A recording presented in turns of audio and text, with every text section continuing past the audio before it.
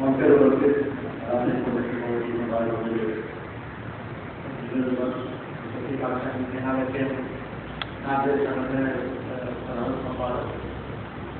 এবং উপস্থিত যারা কাজ করছেন আমার প্রথম এই প্রোগ্রাম আছে আমি আজকে সকালে জানতে পারলাম, কিন্তু গতকাল এনারা কাজ দিয়ে গেছে, কিন্তু কালকে খুব বছরের মধ্যে শুক্রবার জন্য আমি জেনেছিলাম এখানে আসতে দেরি হলো, তারপরে আমাদের অনেক দেখা করতে হচ্ছে। কিন্তু প্রোগ্রাম আপনারা নিয়েছেন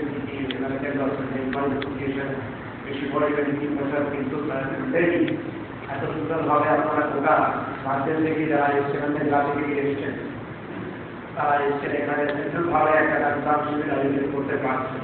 আর লোক পার্টিসিপেট করছেন বীরভূম থেকে, বাঁকুড়া থেকে, নর্থ বেঙ্গল থেকে, এবং আমাদের এখানে যারা যারা আছেন তাদের সেখান থেকে তো পার্টিসিপেট করছেন প্রায় 200 লোক।